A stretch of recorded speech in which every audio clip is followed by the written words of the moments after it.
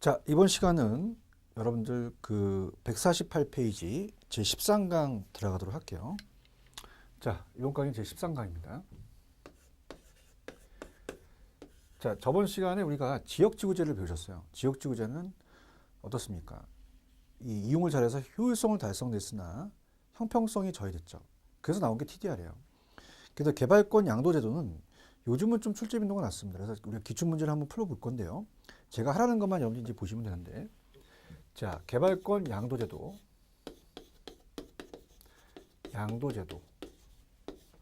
또는 이전제도라고 얘기합니다. TDR이라고 얘기하는데요. 자, 트랜스퍼라는 것은 양도한다. 디벨로먼트 라이트는 개발권이죠. 그러니까 우리나라는 개발권이라는 게 없어서 용적률을 사고 판다고 생각하시면 돼요. 미국 얘기인데, 자, 미국에 이제 보전지역으로 묶습니다. 갑돌이가 토지가 그린벨트로 묶였습니다. 자, 그렇게 되면, 자, 이 그린벨트에 대한 어떻습니까? 이 제한은 토지 이용 규제이기 때문에, 자, 이거는 소유권 제한이 아니라 이용권이 제한됐죠. 그러니까 소유권은 살아있어요. 살아있고, 자, 우리가 이용을 제한하다 보니까, 자, 이건 우발적인 우리가 손실이 발생했죠. 자, 공적 제한입니다. 정부가 제한을 하다 보니까 형평성에 맞으려면 손실 보상을 해주는 게 맞는 거죠. 근데 우리나라는 손실 보상을 안 해주죠. 자, 미국은 이제 시장기구에 맡깁니다. 시장기구에 맡겨서 정부가 직접 개입하는 게 아니라 정부의 재정 부담 없이 시장기구에 따라서 가는 거죠. 자, 그렇다면 이제 미국에서 개발 가능 지역을 지정하죠. 가능 지역을 지정하게 되면, 자, 을돌이는 개발할 수 있게끔 만듭니다. 그래서 만약에 1층, 2층, 3층, 4층이 있다면, 자, 소유권은 주는데 용적률에 대한 개발권은 안 줘요. 개발권을. 그러면 여기서는 소유권을 주면서 개발권을 동시에 줍니다. 여기는 안 줘요. 그러면 소유권과 개발권을 분리시킨다는 게 중요해요. 일치시키는 게 분리시켜서 개발권을 넘기죠. 그럼 여기에 이제 TDR에 대한 수요가 늘어납니다. 그럼 거기에 대한 이익을 주게 됩니다. 그래서 우리가 다시 우발적인 이익이 발생하죠. 손실이 완화됩니다. 완화되니까 자연적으로 우리가 어때요? 형평성을 추구하는 목적이 되는 거죠. 자, TDR은 우리나라에 아직 도입되지 않았다는 게 두 번 정도 나왔고요. 자, TDR은 우리가 공중공간을 배우셨잖아요. 수평이나 공중공간. 그래서 공중공간을 분할해서 하나하나의 공중획지가 되면, 자, 이것을 이제 우리가 사고 판다고 봐야 돼요. 용적률을. 그래서 공중공간의 활용이다. 이렇게 나왔습니다. 자, 그러면 제가 하라는 것만 여러분이 좀 잡으시는데, 148페이지 밑에 기억, 소유권과 개발권을 분리시켰다. 자, 개발권 상실로 인한 우발 손실을 시장기구를 통했습니다. 직접 정부의 재정 부담이 아니죠. 그래서 다른 곳의 개발권과 결부된 우발 이익을 보상함으로써 용도 지역주가 가지고 있는 지역 간의 형평성 문제를 보완했다는 거 가져가시면 되고요. 자, 그 다음에 어때요? 내용에 보시면은 토지 이용에 대한 규제가 극심한 지역에 실시가 되겠고, 그 다음에 이제 디귿번에 보시면은 보존지역 안에서 개발권 상실을 토지 소유자들에게 양도 가능 개발 증서를 발급해서 개발 가능 지역에 대해서 그 토지용 밀도에 하나 상한선 설정하고 거기에 대한 이제 TDR 증서를 넘기는 거죠. 자, 그래서 우리가 밑에 장단점이 있는데 장단점까지는 아직 우리가 시험 문제는 안 나왔어요. 그래서 뭐 장점이라는 자체는 1번에 용도 지역에 따른 토지용과 관련된 형평성의 문제 해결하기 위해서 정부의 재정 부담 없이 시장기구를 통해서 어느 정도 해소했죠. 그 다음에 4번 공중공간을 이용했다는 게 나왔고요. 자, 단점은 뭐 여기 앉았던 것을 여기다 지어버리니까 여기가 고충화되다 보니까 이 지역이 과밀 혼잡이 가중이 돼요. 그래서 개인적인 출근 비용이 전체 사회적 비용이 증가할 수 있다. 자, 그렇다면은 나중에 기출문제집에서 다시 풀겠지만은 우리가 155페이지로 가시면, 자, 155페이지에 문제 8번이 있습니다. 이것만 확인할게요.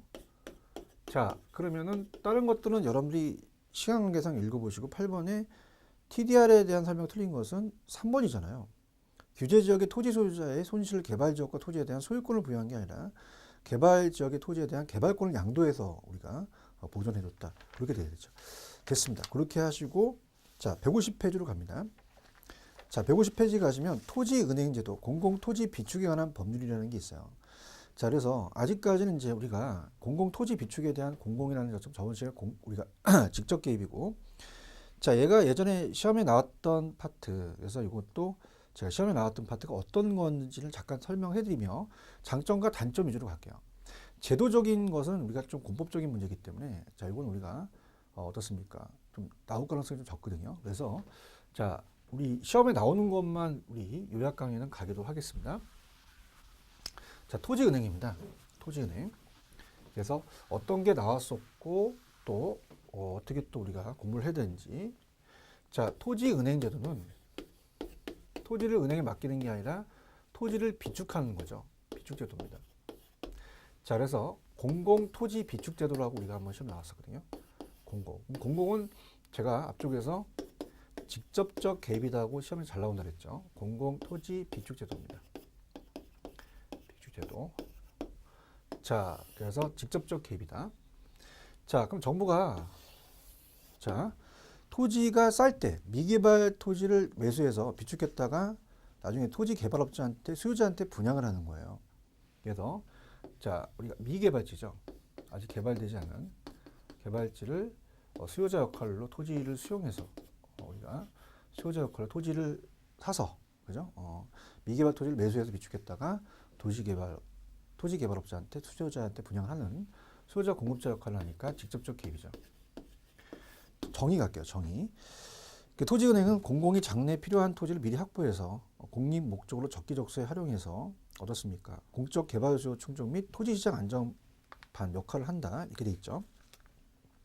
그럼 밑에 나와 있는 그 내용들은 실질적으로 우리가 시험에 안 나왔어요. 그래서 우리가 오른쪽에 가시면은 151페이지 장점하고 단점만 우리가 볼게요. 자, 장점은 어때요? 시장 상황에 따른 토지 수급 조절을 통해서 토지 시장의 안정을 도모한 건 당연한 거죠. 그다음에 SOC 산업 같은 공공 개발 용지를 원활하게 이제 저렴하게 공급을 하고, 그다음에 공공 개발용 토지의 경우 보상비 절감으로 정부 재정을 절약하죠. 그다음 제일 중요한 게 이거예요. 개인들한테 무질서하고 무계획한 토지 개발을 방지합니다. 그러니까 우리 난개발을 방지한다는 거죠. 그다음에 우리가 이걸 들어오게 된 건 개발 이익을 좀 환수하려는 개발에 대한 것이 불로소득이 되다 보니까 사회에 환수하는 게 환원하는 게 제일 중요하고, 단점이 중요한데 막대한 토지 매입비가 필요해요. 그다음에 자 정부가 땅을 샀다는 소문이 들면 주변 땅값이 올라갑니다. 그죠? 정부가 상을 딴 게 아니라 정부가 산 땅이 아니라 주변 땅값이 올라가죠. 그 정부의 수요자 그 토지에 대한 정부의 수요에 의해서 지가가 상승하는 등 정부가 투기자 역할을 조정할 수도 있고요. 그다음 자 미개발지다 보니까 빈민들이 와서 무허가 주택을 지을 수 있어요. 그 무허가 주택을 철거한다는 것보다도 관리 문제가 생기겠죠. 그래서 토지 매입 시와 매출 시 사이에 과도기 동일 공공자유 보유, 자기가 직접 갖고 있는 보유 형태로 토지를 전부 관리해야 하는 문제가 생기기 때문에 빈민들이 비공식 사실상 보유, 어떻습니까? 빈민들이 무단 종료, 국공유지를 무단 종료할 수 있기 때문에 그 문제를 발생시킬 수 있다는 얘기입니다. 자, 그래서 여기는 이제 안 나왔지만 나중에 기출 문제를 보겠지만, 자, 얘와 밑에 가시는 공용개발과 토지 수용과는 좀 틀려요. 자, 공용개발은 팔겠다는 의사표시 없이도 수용합니다. 근데 우리 토지은행은 미개발 토지를 사기 때문에 토지은행은 토지 소유자의 토지 양도 의사가 어느 정도 전제가 돼 있거든요. 그래서 토지 수용보다는 사유재산권을 침해하는 정도가 좀 약합니다. 자, 그렇게 해서 나왔다는 거. 자, 그렇게 가져가시고요. 그 다음에 이제 공용개발과 토지 구획 정리 사업은 자, 앞쪽에서 우리가 어때요?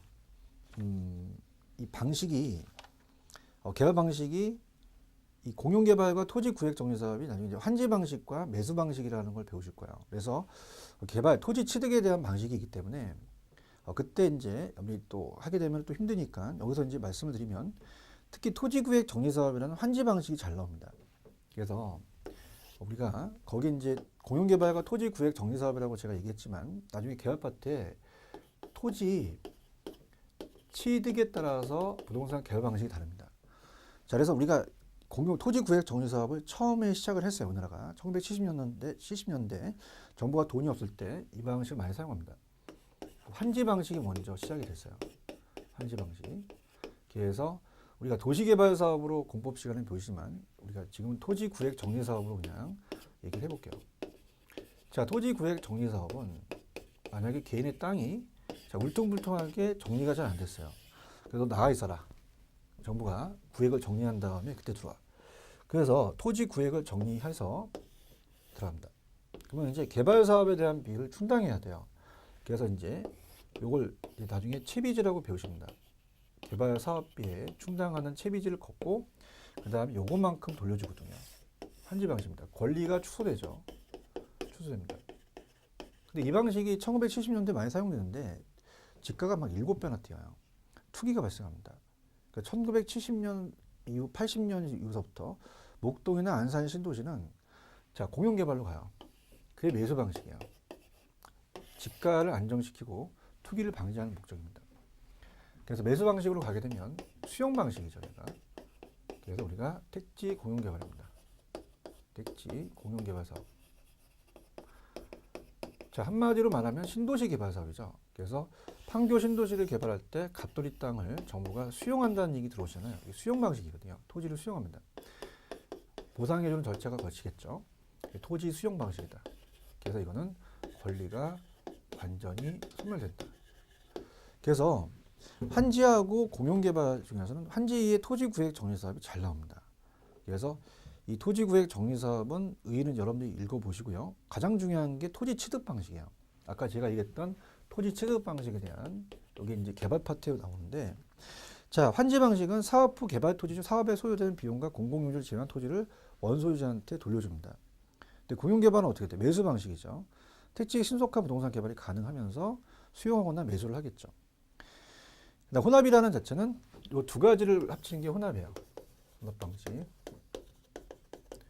이렇게 가져가시면 되고, 그 다음에 권리 취득은 아까 토지 구획은 환지 방식이니까 권리가 축소되고요. 그 다음에 수용 방식 보용력 권리 소멸이다.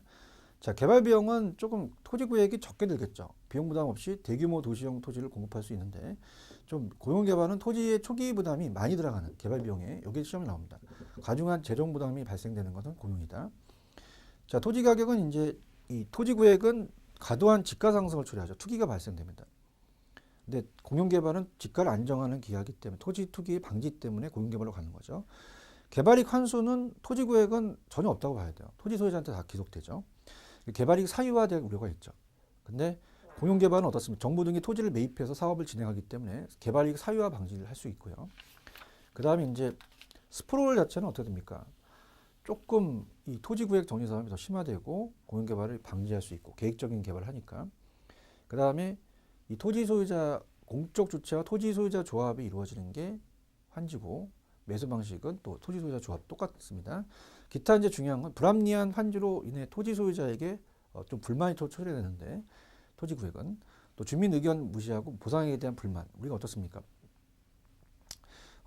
이 토지 환지 방식은 또 환지를 할 때 어때요? 그 환지에 대해서 어떤 사람들은 또 많이 돌려주는 어떤 사람은 또 적게 돌려줄 수 있잖아요, 그죠? 보상에 대한. 그 다음에 수용 방식도 주민의 의견이 또 무시돼서 우리가 보통 공시지가로 하는 게 실거래를 하다 보니까 또 보상에 대한 불만으로 할 수 있다는 거죠. 그러니까 실거래로 하는 게 아니라 참 공시지가로 하니까 불만이 생기는 거죠. 자, 그러면은 조금 문제를 다뤄볼까요? 밑에 1번에 가시면 아까 토지은행은 틀린 것은 5번. 토지 양도 의사가 전제된다는 이 토지은행은 토지 수용보다는 사적 권리를 침해한 정도가 작다랬죠. 요게 나왔네요. 그죠? 그렇게 보시면 되고. 그 다음에 이제 뭐 나머지 거에 대한 뭐 이 환지 방식과 매수 방식에 대한 거는 제가 나중에 해드리도록 하고요. 그 다음에 이제 빨리 156페이지로 갑니다. 자, 156페이지 가시면은 우리가 주택 정책에 대해서는 기본 개념은 그냥 참고하세요. 자, 우리가 시험 문제 나오는 것은 중점적으로 시험 문제 나오는 밑에 임대주택 정책입니다. 그래서 156페이지 임대주택 정책 위주로 공부하십시오. 그래서 나중에 문제를 기본적인 문제와 기출 문제를 풀어드리겠지만 여기서 거의 출제가 됩니다. 그래서 규제, 보조, 공공 이렇게 보시고 그 다음에 분양은 뭐 분양가 규제가 최근에는 안 나왔는데 작년에는 떴어요. 그 뜬 이유를 제가 말씀을 드릴 텐데 그 다음에 선분양, 후분양도 예전에는 안 나왔는데 작년에 잠깐 비춰준 거는 지금 후분양으로 가고 있거든요. 그래서 잠깐만 이제 말씀을 드리는데 자, 우리가 156페이지에 갑니다. 자, 156페이지에서 가장 유력한 것은 임대주택 정책이 시험 문제 배정이 돼요. 그래서 우리가 요약 강의입니다, 여러분들. 물론 뭐 여러분들 이제 기본서를 보지 않기 때문에 기본서에 또 있는 내용들이 있거든요. 그래서 그걸 요약해 놓은 거니까 여러분들 시험에 직결되는 것만 들으십시오. 자, 그래서 우리가 임대주택 정책입니다. 임대주택 정책 세 가지가 있어요. 임대료 규제, 보조, 그다음에 공공이 있는데 가장 출제 빈도가 높은 건 규제입니다. 규제를 잡으셔야 돼요. 이 규제에 대해서 제가 몇 문제 이제 풀어드릴 거거든요. 이 규제에서 많이 나와요. 그래서 임대주택 정책은 자, 주택 정책이라는 것은 당연히 저소득층을 위한 거고 임차인을 위한 겁니다. 그래서 좀 전에 말씀을 드렸지만 임대료 규제를 잡아라. 임대료 규제. 자, 이 끝나고 제가 배우실 분양가 상한제랑 비슷하거든요. 분양가 상한제라고 합니다. 분양가 상한제. 자, 그래서 가격을 통제해요. 가격이 있고 양이 있으면 자, 시장 상황에서 우리가 균형이라는 건 수요와 공급이 만나야지만 균형을 이룬다 그러잖아요. 그래서 우리가 이렇게 양이 있다. 그럼 공급하고 수요가 있다면 여기서 균형을 이룹니다. 그럼 균형을 이룬 상태에서 그것이 정부 입장에서는 너무 가격이 비싸단 말이에요. 그러면 자, 이거를 규제를 하는 거죠. 그래서 여기를 균형 임대료라고도 하고요. 임대료라고도 하고 시장 임대료라고 합니다. 자, 7천만 원으로 정해졌다고 봐요. 뭐 규제를 올릴 수도 있고 낮출 수도 있거든요. 자, 그럼 규제 임대료를 만약에 올려서 규제했을 때와 규제 임대료를 시장 임대료보다 낮게 했을 때에 대한 효과는 어떨까? 자, 이걸 이제 우리가 가져가는 거죠. 자, P1, P2입니다. 이렇게 했을 때와 이렇게 했을 때가 이제 시험 문제 나오는데, 자, 생각해 보세요. 만약에 이제 이 상한제라는 것은 최고 가격제거든요. 최고 가격제. 그럼 최고 가격제이기 때문에 자, 우리가 최고 가격을 놓고 올리지 못하게 하는 거예요. 최저임금제라는 건 못해요. 제한해 놓고 거기다가 밑으로 내리지 못하게 하는 거죠. 자, 그러면 당연히 우리가 8천만 원으로 규제를 했다. 그럼 그 이상은 당연히 못 가겠죠. 그건 의미가 없는 거죠. 다른 데 7천만 원인데 8천 받으면 그 임대인은 당연히 다시 균형으로 옵니다. 시장의 수요와 공급에 아무런 영향을 미치지 않는다는 거죠. 자, 임대인은 임대료를 인상을 시키지 않고 종전으로 다시 돌아오기 때문에 아무런 변화가 없다고 하셔야 돼요. 그 문제가 다 발생하거나 어떤 효과가 나타나는 것은 다 낮췄을 때죠. 낮췄을 때는 당연히 여기가 수요고요. 여기가 공급이니까 초과 수요가 발생을 해요. 그래서 우리가 기존 임차인 혜택 보고 그만큼 또 우리가 가격이 떨어지다 보니까 그 이상 못 올려받으니까 문제가 생기긴 하겠죠. 그렇지만 올렸을 때보다는 내렸을 때가 효과가 있다. 그래서 이걸 먼저 가는데, 자, 지금 임대료 규제도 아직은 우리가 최저가 아니라 최고고 상한제는 아시고요. 직접적 개입이라는 건 아직 안 나왔어요. 가격을 통제하기 때문에 직접 개입이 들어갑니다. 그래서 우리가 일단은 제가 그 효과로 가시게 되면, 자, 이 효과의 규제 임대료가 시장 임대료보다 낮을 경우 장기적 효과가 발생하는 것이 거의 다 이제 우리가 시험 문제인데, 일단 밑에 보시면 규제 임대료가 시장 임대료보다 높을 때는 자, 임대주택의 임대료 수준과 임대료주택 양 및 질에 대한 아무런 영향을 미치지 않는다고 되어 있어요. 초과 공급도 발생하지 않습니다. 자, 이 상태에서 더 올려지도 않고요. 초과 공급이 나타날 수가 없는 거죠. 그러면 다 문제가 발생했을 때는 규제 임대료가 시장보다 낮을 때 장기적 효과가 발생하는데, 자, 단기적하고 장기적이 틀려요. 단기 효과와 장기가 있습니다. 자, 단기는 시간을 짧게 주기 때문에 공급을 늘릴 수도 없고 줄일 수도 없습니다. 자, 그래서 지금 공급이 이렇게 있다. 물량이 이제 제한이 돼 있다면, 자, 이 다른 용도로 가격을 떨어뜨리면 다른 용도로 전환시키는데 시간이 많이 걸리거든요. 그러면 우리가 그래프는 안 그려져 있지만, 자, 이렇게 해서 균형이다. 그럼 균형에서 7천인데 만약에 6천으로 제한을 했다라고 한다면 이만큼의 초과 수요가 발생을 하거든요. 그럼 10이라는 곳에 우리가 기존 임차인이 있다면 기존 임차인은 단기 혜택을 보죠. 왜냐하면 자, 지금 15가 수요라고 한다면 5개만큼 초과 수요가 발생했지만 수요라는 것은 산수요가 아니라 사려고 하는 수요거든요. 실제 쪽은 기존 임차인 혜택을 봐요. 그래서 이따가 기출 문제를 보면 자, 이 공급이 완전 미터적입니다. 가격을 떨어뜨려도 얘네들은 공고를 못 줄여요. 그러다 보니까 임대인의 1,000만 원만큼 수입이 줄어들었지만 기존 임차인이 혜택을 갖거든요. 그래서 거기 개념에 보시면 동그라미 2번 소득 재분배 목적으로 하는 정책이라고 볼 수 있어요. 그래서 공급이 단기에는 완전 비탈적이기 때문에 우리가 가격을 떨어뜨려도 못 줄이다 보니까 소득 재분배 효과가 나타난다. 그래서 우리가 가격 탄력성은 비탄력적인 단기고 특히 그 완전 비탄력적일 때가 완전 단기죠. 그래서 소득 재분배 효과가 나타나서 탄력성이 커지는 장기의 그 효과가 감소하는데 자 이때는 효과가 있어요. 효과 있는데 장기적인 문제라는 얘기입니다. 장기적. 그럼 장기적에 대한 그래프를 그린다면 장기는 이렇게 하고 가격하고 양이 있다면 자 아까 단기는 못 줄였잖아요. 단기는 그래서 이렇게 됐습니다. 그래서 균형을 이뤘었어요. 그래서 여기가 7,000이면 여기가 6,000이었습니다. 떨어져서. 근데 어떨까? 우리가 장기 가서는 단기는 비탄력적이어서 그래요. 완전 비탄력적이 더 효과가 있는 거죠. 그래서 못 줄이니까. 근데 장기에 가서는 확 줄여버립니다. 자, 그래서 우리가 어떻습니까? 요게 공급곡선이 아까 요게 15개고 아까 10개가 균형이었잖아요. 근데 요게 싹 바뀌어요. 이렇게.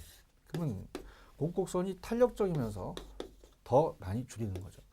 그럼 10개가 아니라 5개다 보니까 5개와 15개에 대한 10개에 대한 초과 수요가 발생합니다. 그럼 장기적으로는 초과 수요가 더 많이 발생하니까 장기적으로는 안 좋아진다는 얘기예요.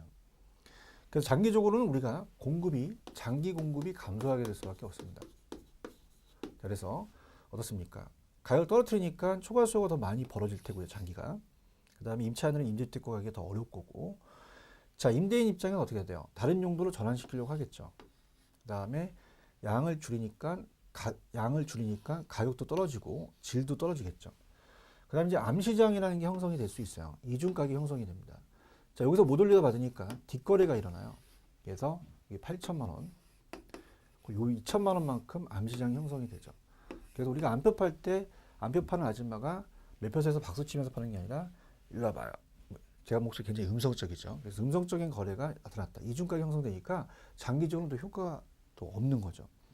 그래서 장기적 효과에 보시면은 초과 수요가 발생해서 단기보다 장기가 더 크죠.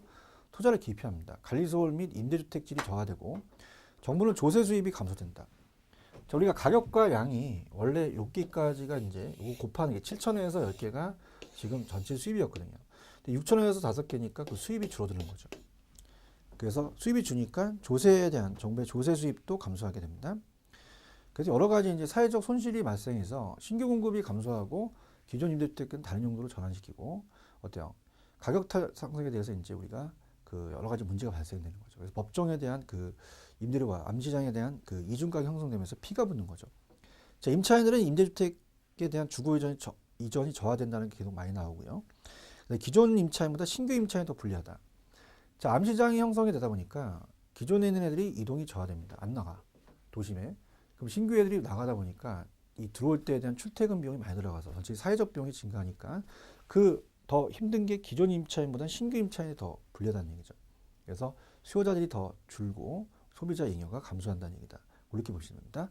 자, 그래서 이 규제 정책 위주로 시험 문제 많이 나옵니다. 자, 보조와 공공은 요즘은 잘 출제되지 않는 부분이에요. 그래서 일단 문제로 제가 한번 보여드려 볼게요. 자, 얘만. 자, 넘겨보시면은 159페이지 가시면 1번. 자, 문제는 읽지 않겠습니다. 자, 적절하지 않는 거. 자, 2번. 임대료 규제는 장기적으로 임대주택 공급은 증가한다? 감소하죠. 안 좋아진단 말이에요. 그 다음. 자, 넘겨보시면은 이제, 어디가 또 문제가 있어요. 넘기시면은 4번 문제죠. 자, 4번도 틀린 걸 보시면 3번입니다. 단기와 장기. 단기는 탄력적이 아니라 단기는 비탄력적이고 장기는 탄력적이죠. 그 다음에 우리가 7번. 다 임대료 규제잖아요. 보세요. 7번에 5번을 보시면은 임대료 상한제 실시는 임대주택에 대한 초과 광고를 발생합니까? 초과 수요를 발생하겠죠. 자, 그 다음 우리가 9번 정도 가볼까요? 9번이 좀 어려워요. 문제가. 그죠? 자, 틀린 거. 자, 정부가 임대료 1번인데요. 임대료가 상승을 균형가격 이하로 규제하게 되면 단기적으로는 효과가 있어요. 단기적으로는 효과가 충분히 발휘하지 않는다는 건 틀린 거죠. 자, 그럼 어떻게 고치자냐면 단기적으로는 임대주택 공급량이 늘어나는 게 아니라 줄어들지 않기 때문에 임대료 규제 효과가 발생한다 하셔야 돼요. 그래서 틀렸고, 그 다음에 10번을 가세요. 최근이죠. 최근에 4번이 나왔네요. 임대료 규제는 임대부동산을 질적으로 향상시킨다. 질적 저하되죠. 기존 세입자 주거이동도 둔화됩니다. 이렇게 가셔야 됩니다. 자, 이렇게 해서 여러분들이 여기서 거의 출제가 된다라고 보시고요. 자, 보조는 집 문제를 보겠지만 그렇게 출제 빈도가 높진 않았어요. 157페이지. 그럼 얘가 직접이다. 그러면 우리가 얘는 간접이죠, 보조는. 그래서 임대료 규제하니까 안 좋아요. 야, 안 되겠다. 보조하지 말고, 우리가 임대료 규제하니까 우리가 안 좋아지니까 장기적으로 공급이 줄고 암시장이 형성되니까 그럼 보조해 주자. 보조 정책으로 가는 거죠. 임대료 보조는 얘보다는 출제 빈도가 좀 낮습니다. 그래서 임대료 보조 간접입니다. 얘도. 그러면서 1,000만 원만큼 보조해 주는 거예요. 우리가 규제 임대를 6천으로 했다. 다운시키게 되면 우리가 그만큼 초과수요가 발생하고 장기적으로 안 좋아졌잖아. 그럼 1,000만 원만큼 정부가 보조를 해줄 테니까 1,000만 원만큼 보조해서 가져가라는 거죠. 그럼 실제 소득이 증가하죠. 실제 소득이 증가하면서 자, 1,000만 원 주니까 집을 넓혀요. 넓히죠. 주택 소비도 넓히고 나오면 거기도 나가 먹으니까 효용도 커지는 거죠. 그러니까 모두 짝대기가 다 올라가야 됩니다. 모두 증가해야 돼요. 근데 단기와 장기가 틀립니다. 여기서 잡을게요. 단기와 장기. 그래서 제가 효과부터 저는 여러분들 밉니다. 그래서 단기. 그래서 이게 단기와 장기는 위에 동그라미 2번을 보시면은 임대료 보조는 수요 쪽 보조와 공급 쪽 보조가 있거든요. 그러니까 우리가 수요 쪽 보조라고 보세요. 수요 쪽 보조를 한다. 그래서 수요 쪽 임차할 때 보조했는데 단기와 장기가 틀리더라. 자, 왜 그럴까요? 단기는 공급이 안 됩니다. 자, 그래서 실질 소득이 증가하다 보니까 단기는 수요만 증가를 해요. 자, 그럼 어떻죠? 수요만 증가하다 보니까 공급이 제한돼 있죠. 그러면 우리가 기존에 대한 그 주택 가격 상승하다 보니까 임대료가 상승하죠. 자, 그럼 임대료가 상승하게 되면요, 기존에 있는 어때요? 기존 임대인이 혜택을 가요. 자, 기존 임대인 총알 먹죠. 기존 임대인이 혜택을 갑니다. 자, 그러면서 장기는 공급이 증가하죠. 당연히. 장기에 이제 더 많은 공급을 하겠죠. 그래서 임대료 규제가 장기적으로 공급이 감소했다면 얘는 공급이 늘어나거든요. 그걸 물어보는 거죠. 그러면서 당연히 가격이 떨어지다 보니까 임대료도 하락하게 되겠죠. 장기적으로. 그래서 임대주택의 수요가 가격 타락성이 더 커지면서 어떻습니까? 주택의 양 원상태로 이제 가면서 주택의 가치도 원상태로 복귀된다는 거죠. 그럼 우리가 공급이 늘어나고 임대료가 하락하니까 자, 장기적으로는 누가 혜택을 가요? 장기적으로 소비자 잉여가 증가한다는 거죠. 그래서 임차인 혜택이 늘어납니다. 임차인 혜택. 임차인이 좋아진다는 얘기죠. 그러니까 장기적으로 효과가 있다는 게 나옵니다. 그 다음 이제 수요쪽 보조라는 것은 자, 일단 뭐 개념에 나와 있는 뭐 보조해줘서 한다는 건 읽어보시고요. 수요쪽 보조와 공급쪽 보조가 있는데 자, 수요쪽 보조가 밑에 가시면 유형 집세 보조와 소득 보조라는 게 있어요. 자, 그래서 자, 수요쪽 보조가 두 가지입니다. 집세 보조와 현금 보조. 그래서 자, 이것도 옛날에 한번 나왔었는데 소득 현금 보조라는 것은 현금으로 보조를 합니다. 그 다음에 가격, 집세 보조라는 것은 임대료를 보조하는 거죠. 집세 보조. 그래서 이거는 임대료 보조예요. 자, 현금을 보조해 준다는 것은 1,000만 원만큼 직접으로 이 천차로 줍니다. 그래서 이제 이거를 우리가 수요를 높이지 않더라도 자기 마음대로 쓰라는 거죠. 그럼 우리가 소득 보조는 자, 현금을 주게 되면 주택 소비도 넓힐 수도 있지만 나오면 고기도 사 먹으니까 효용도 커지죠. 그래서 자꾸 차를 우리가 이 주택을 바꾸는 게 아니라 차를 바꿔요. 그래서 나온 게 이제 잠깐 이제 이따 보여드리면 주택 바우처거든요. 쿠폰으로 줍니다. 우리나라가 이제 일부 우리가 지자체에서 실시되고 있는데 자, 쿠폰을 주게 되면은 자, 임차인한테 주면은 쿠폰을 임대인한테 주면 임대인이 또 전부 가서 돈을 바꾸거든요. 자, 그래서 나온 게 이제 집세 보조예요. 현물 보조로 가니까. 그럼 집세는 1,000만 원만큼 집세만 쓰라는 거죠. 그러면 우리가 싸게 사니까 주택 소비도 넓힐 수 있고 다른 지역와도 쓸 수 있어요. 무조건 효용과 소비는 다 늘어나고 다른 지역 소비도 늘어납니다. 근데 우리가 이 소비자한테 현찰을 주는 게 좋잖아요. 현찰을 줘야 자, 집도 넓고 남는 고기도 사 먹고 술도 먹으니까 아주 좋잖아요. 소비자의 효용 측면이 좋습니다. 소비자 효용 측면에서는 소득 현금 보조가 낮다고 나와 있거든요. 근데 정부 입장에서는 주택을 넓히는 건 우리가 가격 집세가 낮죠. 그래서 정책 목표 달성 효과는 가격 집세가 낮다. 이렇게 가셔야 됩니다. 그래서 집세 보조, 자, 우리가 소득 보조와 그 집세 보조를 본다면 소득은 전반적인 이 현금 보조다 보니까 소득을 높여주면 임차인이 적정한 주택 소비 수준으로 스스로 결정하게 돼서 주거 수익 향상에 도움합니다. 근데 집세는 1,000만 원만큼 싸게 주니까 주택의 상대적 가격을 낮추죠.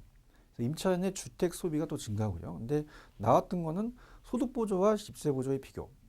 자, 효용 측면에서는 소득 보조가 나아요. 주택 소비 수준의 증가표는 집세 보조가 낮다. 그 다음에 이제 요게 이 수요 측 보조라고 한다면 요게 이제 우리가 누구 보조예요? 임차인의 보조죠. 그럼 이제 생산자 보조라는 게 있습니다. 생산자 보조. 그 생산자 보조와 이제 우리가 두 가지를 이제 한번 비교해서 나온 적이 있었는데, 자, 생산자 보조는 공급자 보조죠. 임대인 보조입니다.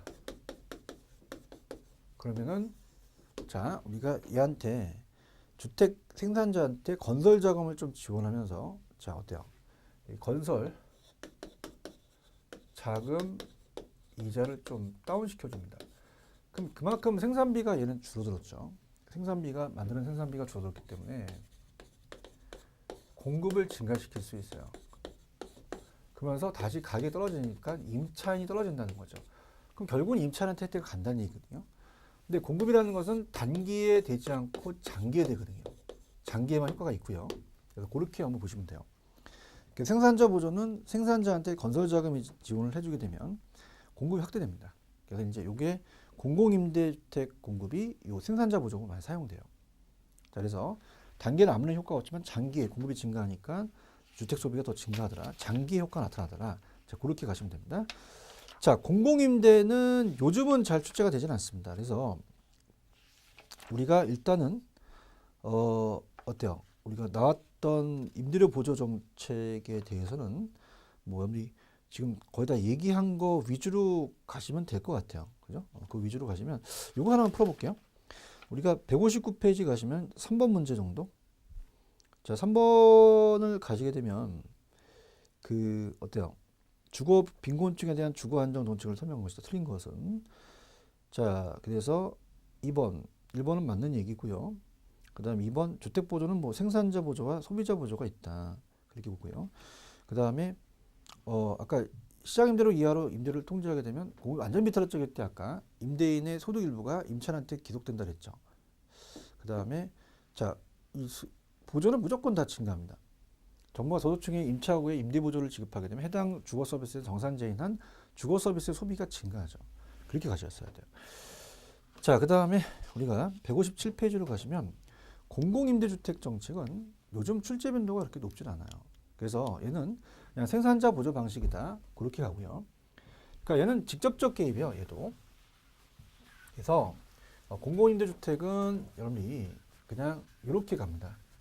좀 어렵거든요. 이게 왜냐면 예전에서는 단기와 장기를 구분해서 나왔던 게 어려웠고, 그 다음에 얘는 시장이 사적 시장과 공적 시장으로 좀 나눠집니다. 그래도 우리 이론이니까 갈게요. 공공임대는 직접적 개입이죠. 생산자 보조 방식을 많이 사용하고 있습니다. 공공임대주택 정책. 자, 그래서 시장이 사적 시장과 공적 시장이 구분된다는 게 좀 어렵거든요. 단기와 장기가 좀 틀리고요. 사적 시장과 공적 시장으로 분리가 됩니다. 자, 그래서 사적 시장에 아까 규제를 하다 보니까 문제가 발생을 했죠. 그래서 공급과 수요가 있으면 그러니까 7천에서 6천으로 규제하니까 자, 장기적으로는 안 좋아졌잖아요. 그래서 야, 그러지 말자.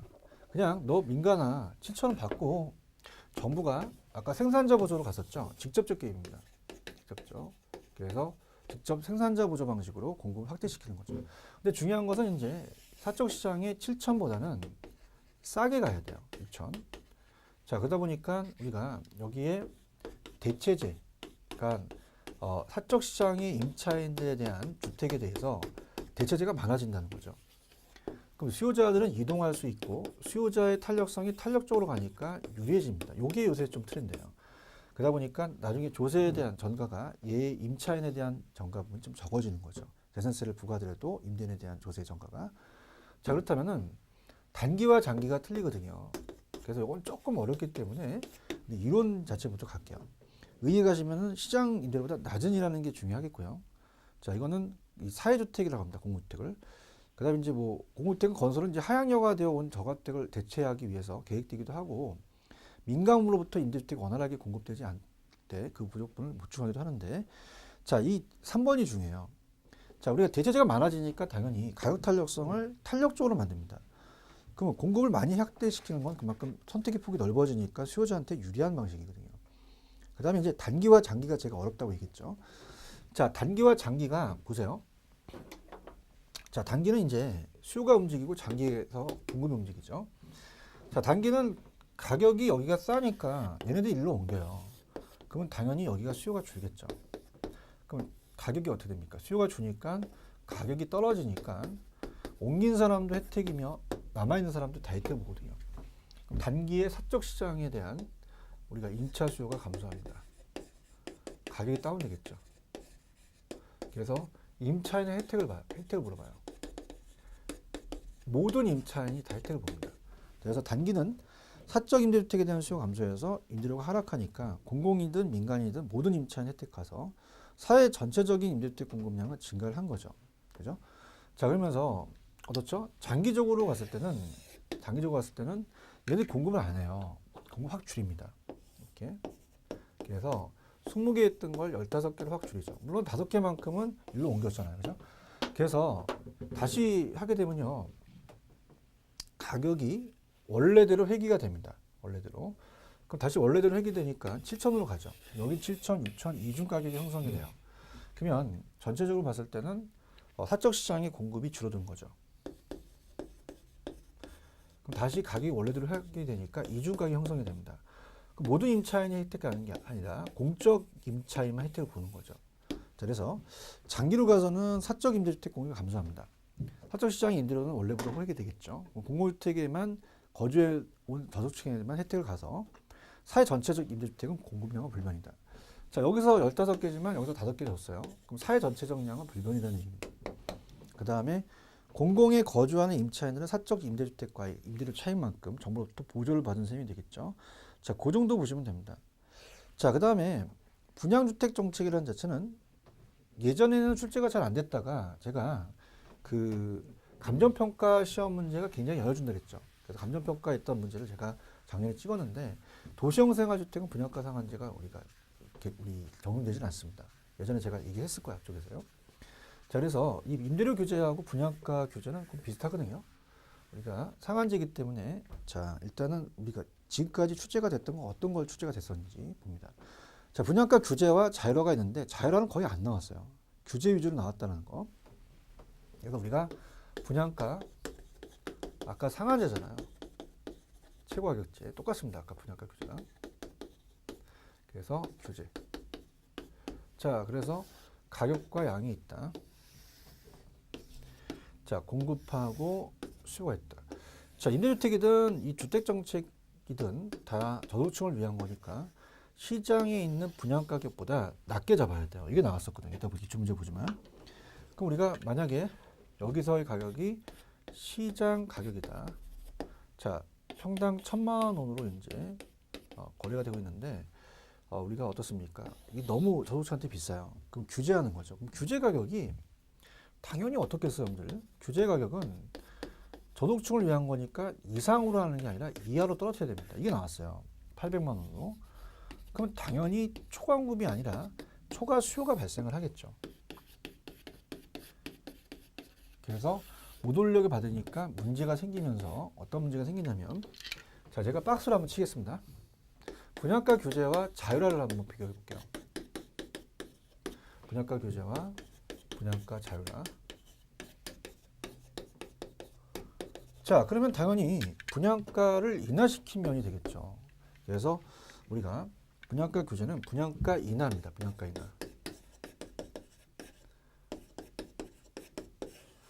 자, 그러다 보니까 가격이 떨어뜨리니까 어떻게 해요? 공급을 줄이죠. 그 다음에 수요는 더 늘어납니다.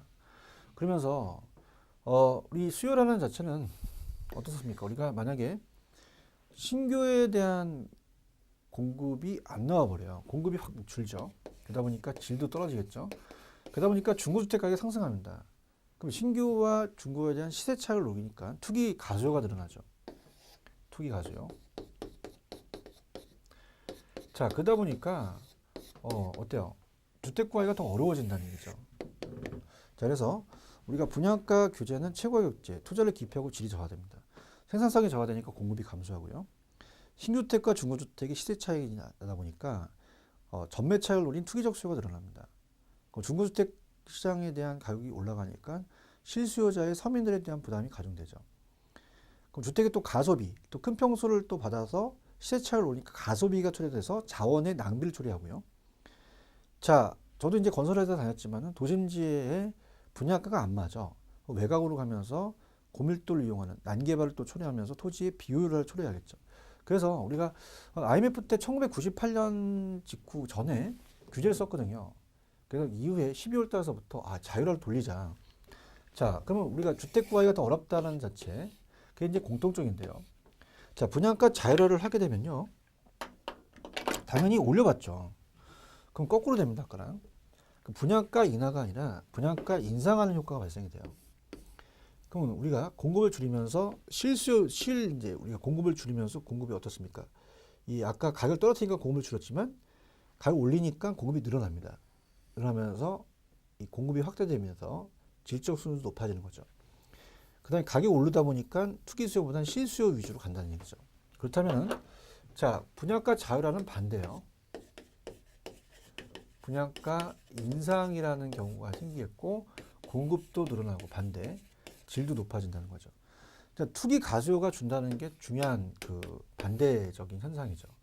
근데 이게 이제 주택난이 더 심각해질 수가 있다라는 얘기는, 자, 보통 이제 그 1998년 12월 경에 우리가 이 대형 주택 위주로 공급을 해요. 건설회사들이.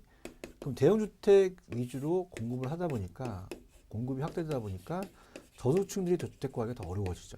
그래서 어려운 거는 똑같다라는 거. 그래서 주택 산업의 수익성이 향상되긴 합니다. 가격 올리니까. 질도 높아지고 공급도 늘어나요. 신규주택과 중고주택의 가격 격차 감소로 투기적 수요는 감소하는데 대형 주택 위주로 공급하는 거 나오면 무조건 잘합니다. 그러다 보니까 저소득층의 주택 구입이 더 곤란해지더라. 자, 그렇다면 문제를 한번 풀어볼까요? 교재 가시면 우리가 처음에 나왔던 거는 그 5번 문제인데 160페이지. 자, 이건 좀 어렵기 때문에 좀 설명 들어갑니다. 분양가 가격을 시장가보다 이하로 규제하게 되면 분양가 상한제에 대한 설명이 틀린 것은, 자, 탄력성일수록 더 초과수요와 초과 공급이 늘어난다. 자, 어떻습니까? 이 초과수요가 더 늘어난다는 것은, 자, 이렇게 봐봐요.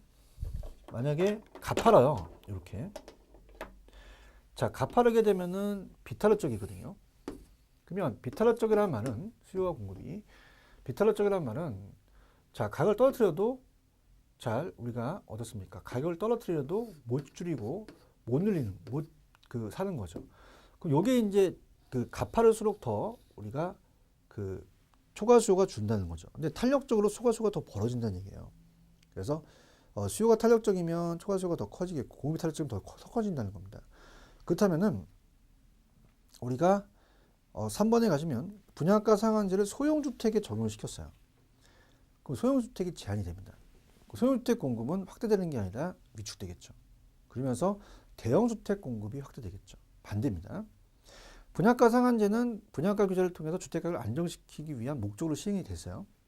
분양주택에 대한 프리미엄이 형성이 되면 분양권을 불법 전매하는 우리가 투기 수요가 또 늘어나죠. 자, 그러면 6번 갑니다. 정답은 3번이 정답입니다. 6번에 보시면은 분양가 상한제에 대한 설명 중 옳은 설명으로 묶인 것은, 장기적으로 민간의 신규주택 공급을 위축시키죠. 주택가격을 상승시킨다고 말씀드렸고, 자, 상한가격이 시장가보다 낮을 때는 초과 공급이 아니라 초과 수요죠. 얘가 틀렸네. 주택 건설업체의 수익성을 낮춰서 공급은 또 감소시키고요. 주택가격 이하가 되지 이상이 아니죠. 이하로 상한가를 설정해서 무주택의 주택가격 부담을 또 완화시키고자 하는 거죠. 그래서 정답은 기억하고 디귿입니다. 자, 그 정도 보시면 돼요. 그 정도 우리가 보시면은 우리가 됐습니다. 자, 그래서 그렇게 보고요. 그다음에 이제 이 선분양과 후분양은 추제가 잘 안 됐던 부분이거든요. 근데 분양가 규제가 생기면서 1970년대 주택 건설업자들에 대한 입을 막으려고 선분양을 도입했어요. 근데 선분양이 굉장히 문제가 발생해서 지금 후분양으로 가려는 추세거든요. 추세. 그래서 작년 문제를 이제 기출문제에서 보여드리겠지만, 자, 요게 나왔었어요. 그렇기 때문에 요거는 제가 간략하게 요 시간 다음 시간에 제가 말씀 좀 드리도록 하겠습니다. 조금만 쉬었다가 가시죠.